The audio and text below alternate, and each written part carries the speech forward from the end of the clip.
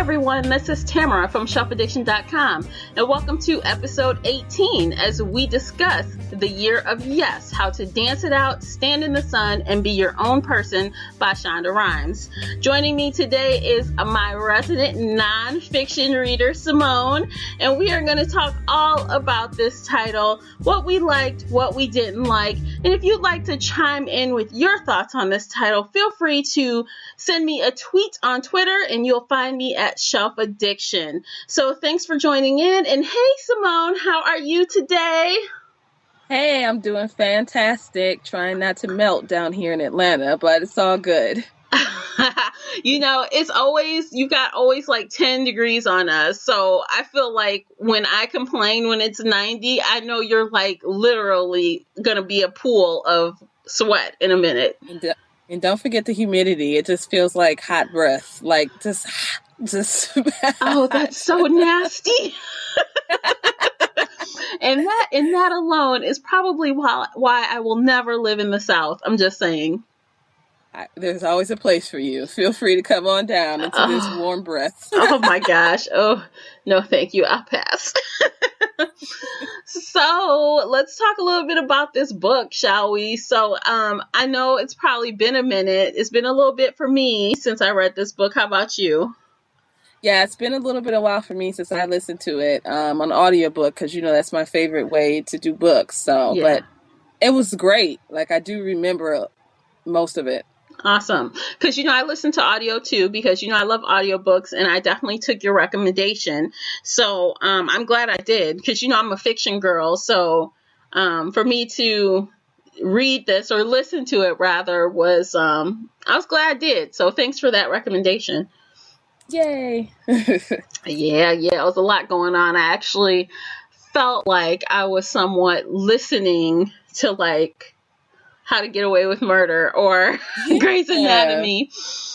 That's the great part about it. She's like a storyteller. So even in a nonfiction, she's telling a story about her life in like a story way. Like it's great. You know what? She says it like early on. She calls herself a liar, a professional liar. Mm-hmm. Yeah, I'm like, oh, what? She's saying I'm a liar. And she of course, elaborates and, kind of tells us how she's evolved into this, fabulous storyteller, which she is. She is. I love it because, her story is very interesting. It's so much more than I thought it would be. You think of someone like Shonda Rhimes, you just think, she must already have it all together because how does she have all these TV shows and how does she become this great writer if she doesn't already have it together? But I thought it was kind of refreshing to see that you can have your career portion together and still need to work on other parts of your life and you can still make that happen.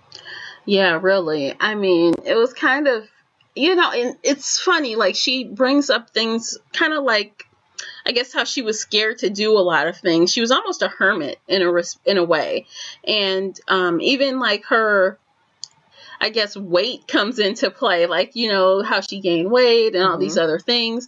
And you naturally, honestly, I work a desk job. So I almost think, she's a writer. She doesn't go anywhere. She stays at home and she's writing all day, just like people who work 10 hours at a desk all day. I guess I can see how it'd be easy to put on weight when you're not paying too much attention to it and you're kind of staying into yourself secluded. I guess I can see how that would happen, I guess, while you're saying no to everything rather. Yeah, that's definitely because, I recently started working at a desk in technology, so I sit a lot more than I used to. Mm-hmm. And so I've definitely gained some weight, but I've definitely had to change my lifestyle to try to even it out. So I actually go to the gym now, which I used to hate the gym because fluids, but now girl, I still hate the gym. I still hate it. Yeah.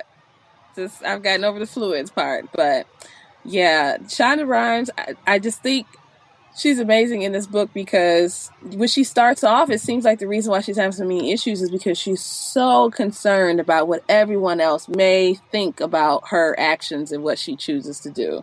Mm-hmm. Mm-hmm. It's like any move she makes, she's considering, well, maybe they might not like me. Maybe they might be upset about me doing this. But it's almost like she decided to say, just forget about everything. I'm just going to do whatever I want to do. And she started being successful just by following her own mind. Well, you know what? She also had to kind of push against that, the fact that she is like a self-proclaimed introvert. You know, introverts by nature have to like push themselves to kind of, you know, like I guess get involved with people, get involved with events and things like that. And a lot of writers, you know, authors, all of that, they are just introverted by nature. They live in their stories. So that alone, you know, was another thing she had to overcome, you know, public speaking and all these other things where she's used to not really doing any of that. She's used to being behind and not in front, you know? Yeah, that's so interesting. And you just made me think about something I guess I never really thought about before in terms of like introverts. It's almost like, introvert is like a person who's not that vocal or stays into themselves, but I think they're also telling themselves a lot of stories inside of their head while they're not saying them out loud. And I think a lot of times those stories aren't true, you know? Like a lot of times we tell ourselves stories about life or stories about the situation that's happening, and then if we happen to say part of that story out loud or get a second opinion, we find that a lot of those things are not correct that we have inside of our head. Yeah, that's true. Because you know what, I used to think of myself as an introvert, but not so much anymore. I kind of feel like I'm a high functioning oh my God, I cannot talk. A high functioning extrovert. Did I say that right? I don't know. Extrovert. Or a high functioning introvert or high functioning extrovert? Extrovert. Like, meaning that, what I mean by that is, like, I feel like I'm an introvert naturally, but I'm able to function as an extrovert when I need to. Like, I can turn it on. You know, I can be in a public setting without having a breakdown like Shonda Rhimes did, without sweating and, you know, wanting to run and hide somewhere and scream and yell. You know, I can function as an extrovert when I need to, and it looks like it's natural. You know what I'm saying? So that's why I say I feel like I'm both, really. Yeah. I think I'm kind of both also. I'm more naturally extroverted now, but when I first started to be more open, it was definitely purposeful and on purpose. Like I had to practice doing it, but now it feels natural. But I do find myself like drained if I have to be extroverted for a long period of time, almost like I have to go recuperate or something. Girl, yes. I know I'm going to have to do plenty of that because I have this very big event coming this weekend, and that's going to be a long day of talking to people for 3 days straight. It's exhausting. Exhausting. That sounds exciting and fun. I guess. I don't know. What would Shonda Rhimes say? I don't know. Shonda Rhimes before the year, yes, or after the year, yes. Yeah, before she'd be like, no, I passed. No, thank you. After, sure, go ahead. Yes, absolutely. Yeah. And I did say yes, and we'll see if I regret it later, won't we? No regrets, just living forward. That's all right. Awesome. Yes. You know what? And it's funny, we jumped into this conversation, but we didn't even talk about who Shonda Rhimes is. Like, we assumed a little bit that the audience, you know, you guys out there know who Shonda Rhimes is, but not everyone watches Thursday nights on ABC. So, in case you're living under a rock, here's who Shonda Rhimes is. Go ahead, tell us. Yes, Shonda Rhimes is the queen of Thursday nights on ABC. She runs that night. She is the creator of Grey's Anatomy, of Scandal, the executive producer of How to Get Away with Murder, and she's had other shows that aren't on the air anymore, but those 3 powerhouse shows, you know, they bring in millions of viewers every week, and everyone talks about Grey's and Scandal and How to Get Away with Murder on, you know, Friday morning around the water cooler. So 9 times out of 10, you've heard someone talk about one of these 3 shows. And of course, her newest show, which was The Catch. That was her show too. Which I haven't watched it, but I just heard last week how amazing it is. So I feel like I have to go back and catch up because I love all her other shows. Yes. You know what? At first, to be really honest, really candid here, you guys, I didn't like The Catch at first. I was kind of like, I'm not sure what's happening. I couldn't tell if it was supposed to be funny or I don't know. But, you know, it's that light quirkiness. But but it really gets really good really fast. So I think just, the first episode, you might be like, it's okay. But I think it gets really good, especially at the season finale. It's an interesting twist. You're going to be like, oh, okay, yes, I want to see what happens with these people. Have to check it out. Yeah, it's good. Good stuff. So, yeah, she is the queen of drama, the queen of making things up and, writing really good stories about strong women and families. Yeah, and one thing I love about Shonda Rhimes, and I can't remember if it was in this book or no, I think it was one of the speeches that she did where she talked about, no, she also talked about this in the book, writing about real people. Like, people ask her about, how do you feel about having such a diverse cast? And her main response is like, hey, this is how the world works. There are gay people, there are Black people, there are people of all like walks of life. And so I love that she tries to make her TV shows just look like the melting pot that is the world. Yeah, she definitely does have a colorful and wide, cast. In all of her characters, there's a little bit of everything, and that is what's in everyday life. And that's that's a good thing. I mean, who wants to see something on TV that looks nothing like you ever, So that's good. And that's kind of what she's been known for. And yeah, some people don't like it, but I personally like it. She kind of writes this book, being that she reads her own audiobook, she speaks the book how her TV shows sound to me. Like, she's kind of fast talking, and you can tell when she's being sarcastic, like Christina Yang, or she's cheeky. Yeah, she's got like you can see her personality in those characters now. Yeah, I all parts of it cool. Too. Yeah, even like the vulnerable parts, like all parts of her personality are into her characters, and she gets very personal with her characters, which we can definitely tell. You know what? There was this part in the book where she was talking about when Christina Yang left Grey's Anatomy and how emotional that was for her to kind of say goodbye to that character. That was kind of interesting to hear. It's like she was really attached to that character, and all she went through to get what's that girl's name? What's her name? Susan O? Is that her name? Sandra O. Sandra O. Oh my God, Sandra O. All she went through to get her. Well, you know how she had someone first, and she was gonna go along with the crowd. And then she finally spoke up and said, no, that is not the person. I do not want her. I don't want her. And then came Sandra Oh. And, that's actually one of the things she talks about extensively in one of her segments is, how to say yes by saying no, right? Yeah.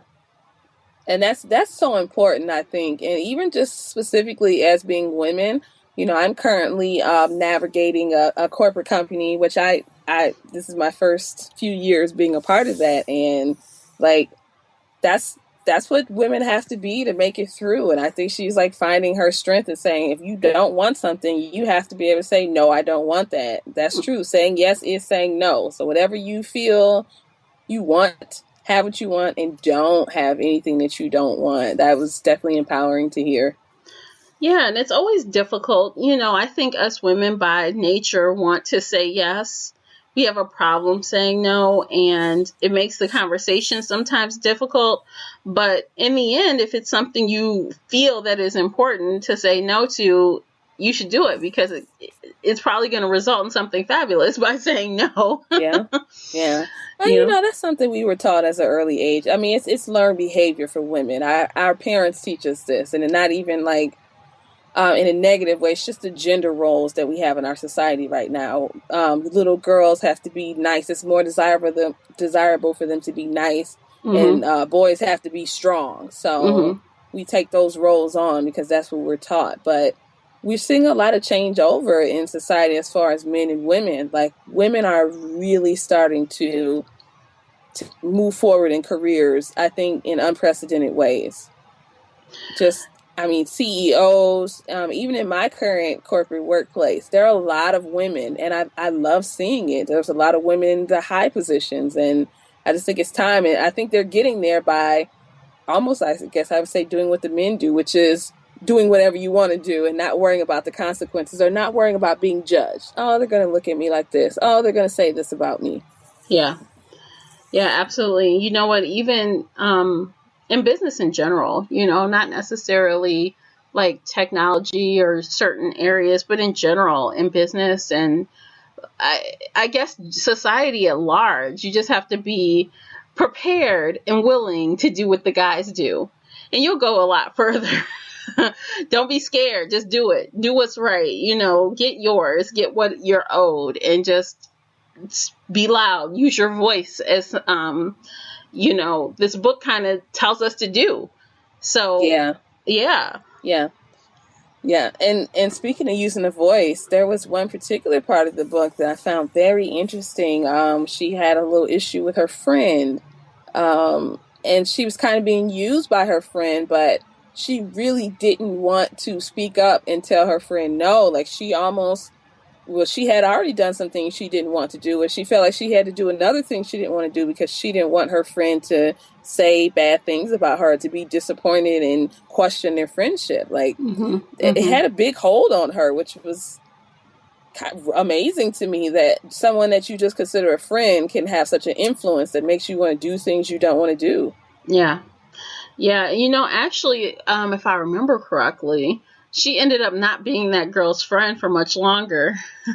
Right. But she realized if that was her friend, she wouldn't ask her to do things like that. Yep.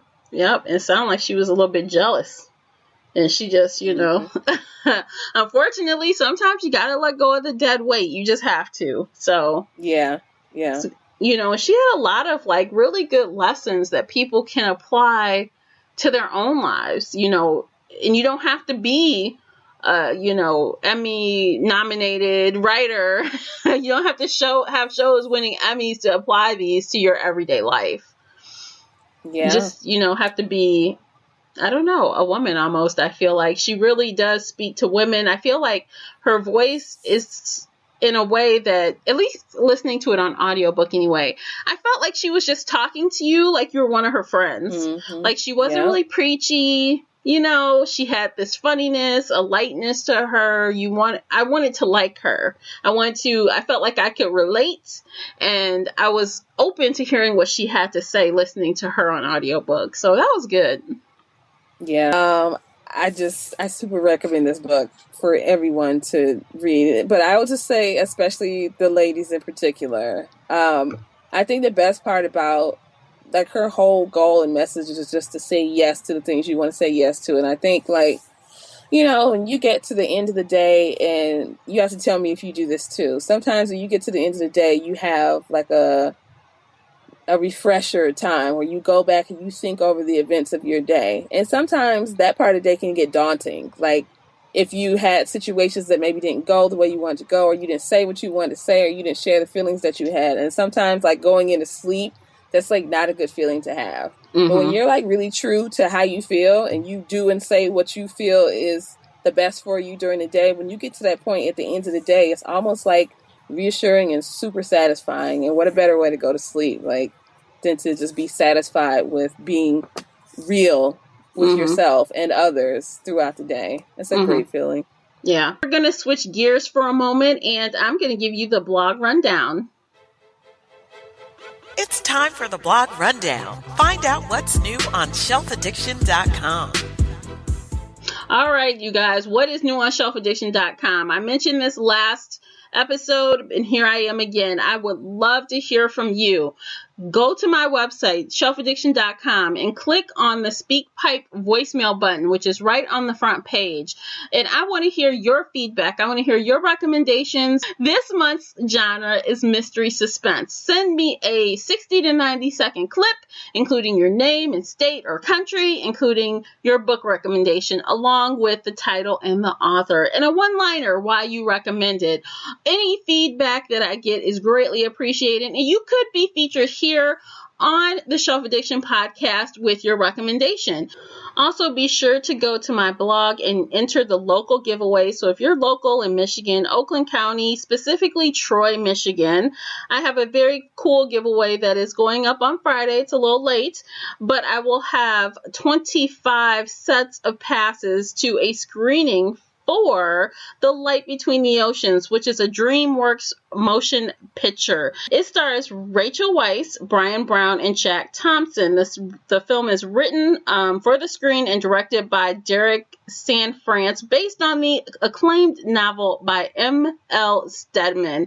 I talked about this book a little bit last week on the podcast, so if this is your cup of tea, be sure to enter if you're locals, and you can be, with us watching this movie on August 30th, 7 p.m. So if this fits into your time and you want to enter, go ahead. Your chances are really good, being that I have 25 sets. So that is it for the blog updates, and we are going to jump back into the topic at hand, and we are going to give our ratings for the Year of Yes. Okay, Samone, you first. What did you think? What was your rating scale 1 to 5? Okay, so you probably can already tell I super love this book.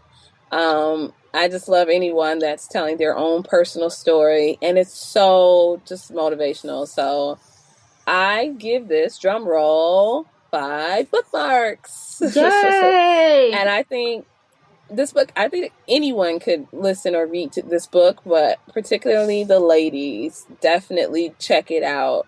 Mm-hmm. Yeah, I agree. This is definitely a book that is geared for women.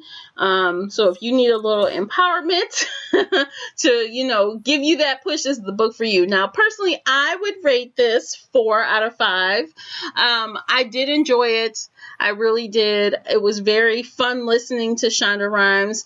And so my recommendation is, even if you're not accustomed to audiobooks, I recommend picking it up on audio versus reading it. I think that listening to her tone and her voice, you can hear where she's being sarcastic, and you can hear when she's being funny. All those things are really important to the story she's telling, and sometimes it might not come across as perfect just reading it your own way, but hearing it in the author's voice, you will hear what the intent is, and I think you will enjoy it even more.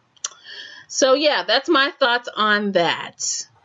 All right, thank you again, Samone, for joining me today and talking about this awesome title. Absolutely. Thanks for having me. Yeah, no problem. I expect to have you back really soon so we can talk about another nonfiction title. Hopefully you'll be here with bells on. Yes, I'm here for it all the way. All right, that's it for today. Thanks so much for checking in. Before you go, please hit that follow button on Spreaker, the only place that you can listen live, or subscribe and listen later on iTunes or the Google Music Play Store. Please like and comment on the podcast. I would really appreciate that. And until next time, happy reading. Bye, guys.